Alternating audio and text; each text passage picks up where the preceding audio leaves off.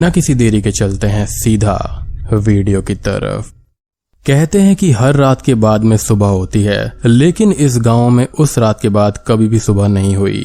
सेनापति कबंद के घोड़े ने जैसे ही इस गांव के अंदर प्रवेश किया, वो बड़ी ही अजीब तरह से हिनहिनाने लगा और साथ ही साथ सारे के सारे सैनिकों के घोड़े भी इसी तरह से बर्ताव करने लगे।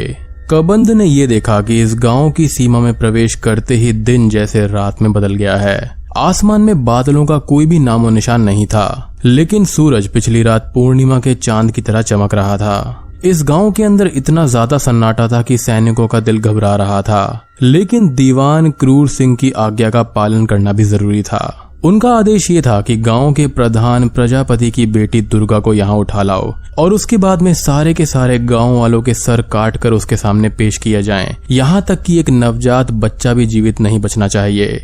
अब सेना प्रजापति की हवेली की ओर बढ़ने लगी। गांव में इतनी वीरानी छाई हुई थी कि सैनिकों के घोड़े की चलने की आवाज टप टप के सिवाय कुछ भी सुनाई नहीं दे रहा था।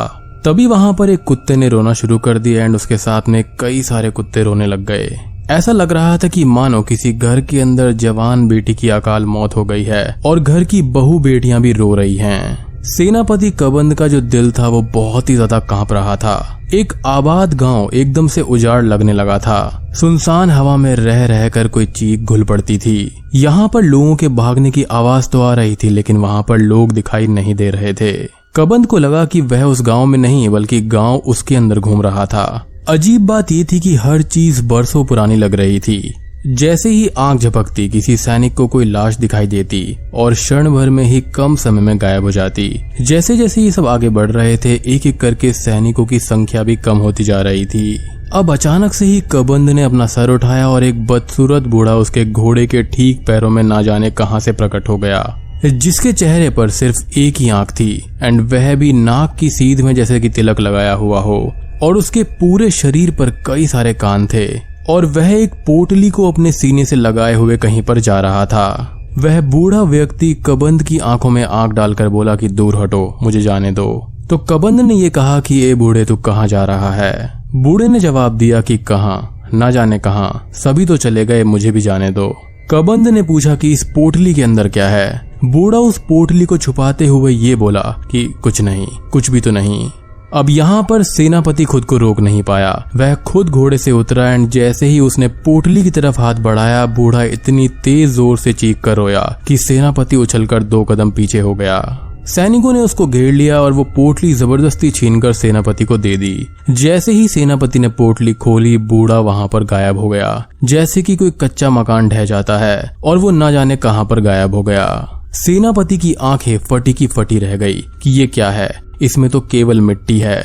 अब यहाँ के सभी लोग अपनी जमीन की मुट्ठी भर मिट्टी को लेकर इस गांव को छोड़ ना जाने कहां पर चले गए थे।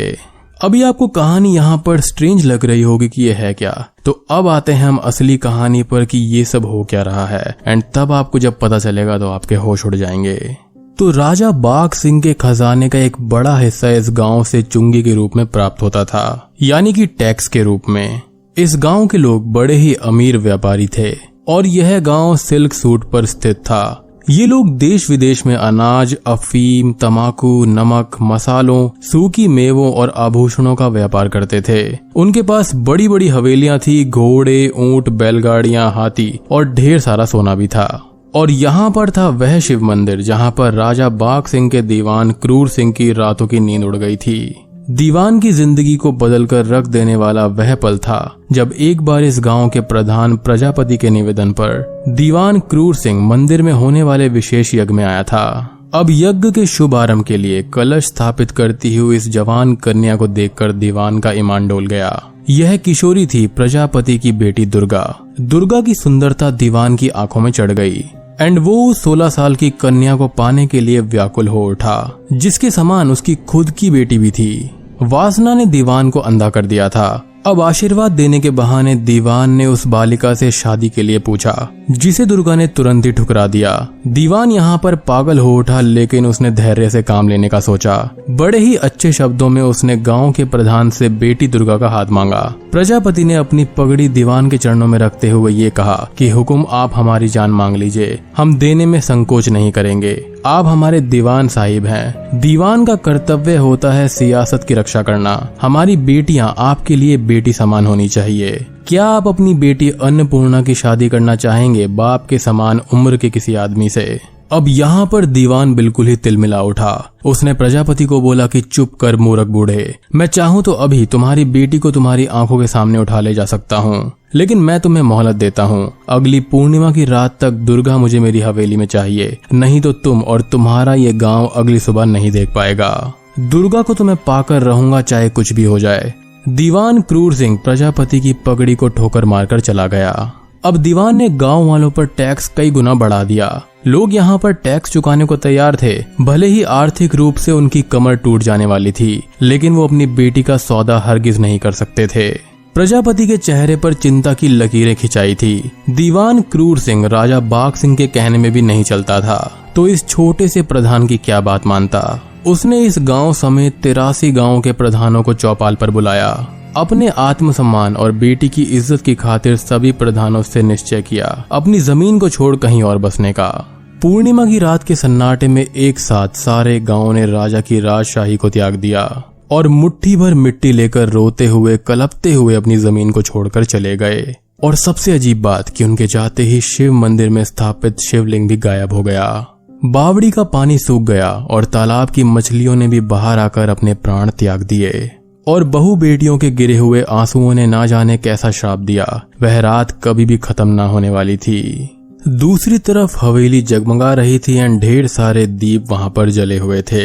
औरतें विवाह के मीठे गीत गा रही थी। क्रूर सिंह ने ढेर सारे काम निपटाए और आखिरकार वह रात आ गई जिसका क्रूर सिंह इंतजार कर रहा था। और बिस्तर पर सहमी हुई सी बैठी हुई थी वह खूबसूरत लड़की, जिसे पाने के लिए क्रूर सिंह ने लाख जतन किए थे। अब यहाँ पर क्रूर सिंह का दिल बहुत तेज धड़क रहा था।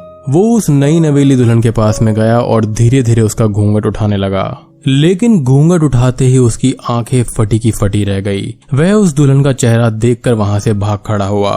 क्रूर सिंह पसीने से तरबदर था। उसकी सांसें तेजी से चल रही थी और आंखें शर्म से झुकी हुई थी। बिस्तर पर दुर्गा नहीं थी, बल्कि उसे अपनी बेटी अन्नपूर्णा बैठी हुई दिखाई दी। अब अचानक से ही दीवान की आंखें खुल गई जब सेवक ने खम्बा गणी कहा, मीनिंग कि यहाँ पर वो एक सपना देख रहा था।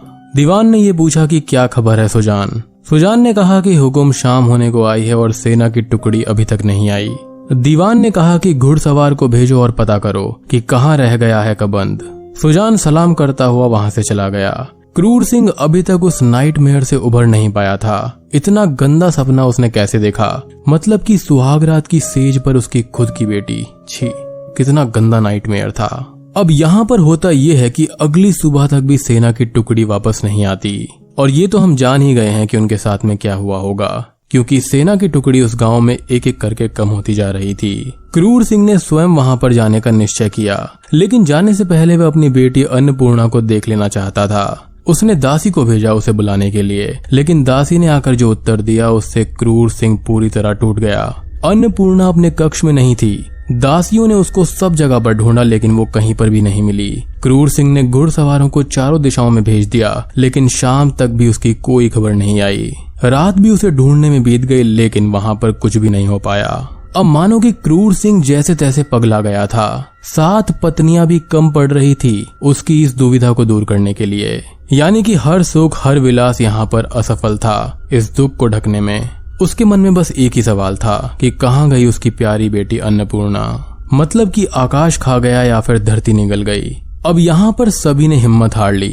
अन्नपूर्णा का कोई भी नामो निशान नहीं मिल रहा था। आखिर में क्रूर सिंह अपने उस गुरु की शरण में जाता है जिसे उसने अपनी हवेली से धक्के मारकर बाहर निकलवा दिया था, केवल इसलिए कि गुरु ने अपने कर्तव्य निभाते हुए उसे सही मार्ग दिखाने की चेष्टा करी थी और सलाह दी थी कि उसे कुंवारी कन्याओं का पीछा छोड़ देना चाहिए। अब बिना बताए हुए ही गुरु व्योमानंद सब कुछ समझ चुके थे। वो ये बोलते हैं कि मुझे पता है कि अन्नपूर्णा कहाँ पर है। दीवान बोलता है कि जल्दी बताइए गुरुवर, मैं आपके पैर पकड़ता हूँ। उनका ये कहना था कि तुम नहीं समझ पाओगे, वो यहीं पर है, हमारे ही आसपास, इसी समय में है, लेकिन उसकी सृष्टि बदल गई है। लेकिन दीवान का ये कहना था कि इसका अर्थ क्या है? वह आसपास है तो दिखाई क्यों नहीं देती? क्या ये सब उन लोगों की वजह से है? क्या ये कोई श्राप है? गुरु का ये कहना था कि हाँ भी और नहीं भी।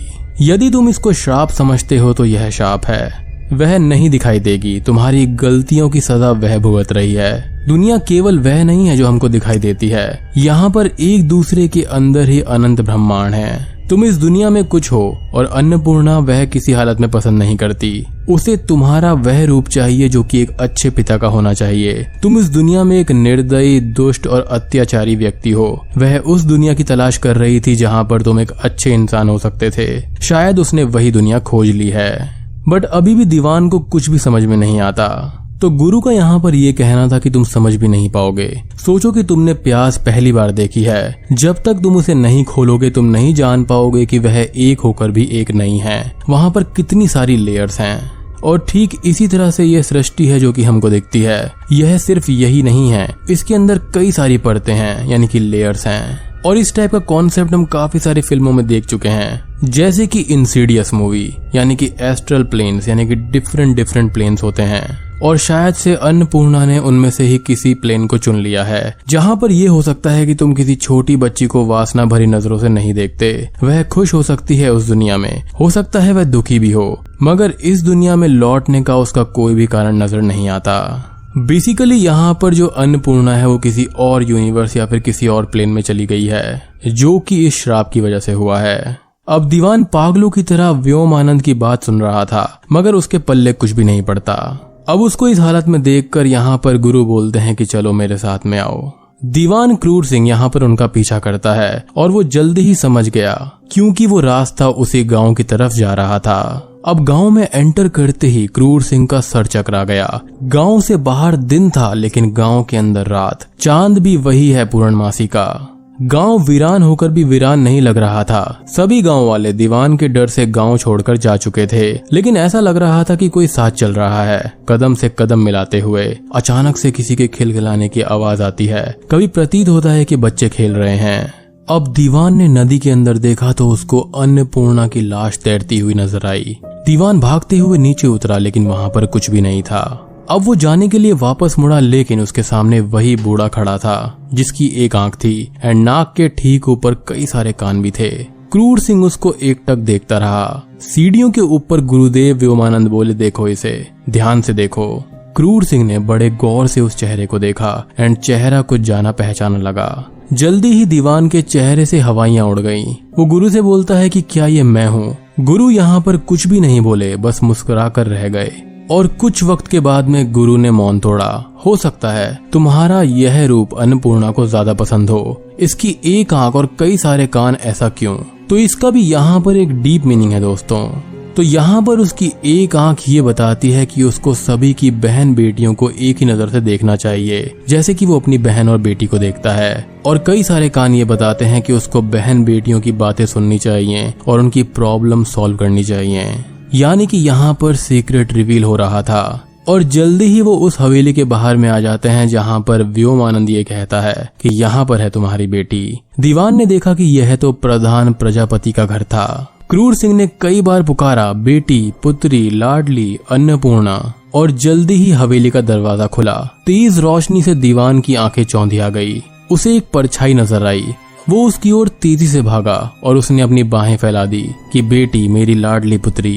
परछाई के पास जाते ही उसका मुंह खुला का खुला रह गया, आंखें आंसुओं से भर आई और वो एकदम से अपने घुटनों के बल बैठ गया। उसने कहा कि मुझे माफ कर दो, मुझे माफ कर दो मेरी बेटी। गुरु के होठों पर मुस्कान फैलाई। यह परछाई प्रधान की बेटी दुर्गा की थी, जिसके चरणों में बैठा था क्रूर सिंह, जिसने एक समय में उसके सामने शादी का प्रस्ताव रखा था और उसको वासना भरी नजरों से देखा था।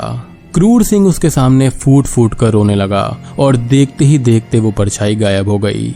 अब क्रूर सिंह रोते हुए इस गांव से लौटा। वहां पर जो श्राप था वो तो लग चुका था। अन्नपूर्णा तो नहीं मिली, लेकिन उसके दिल का बोझ दुर्गा से माफी मांगने के बाद में उतर गया था।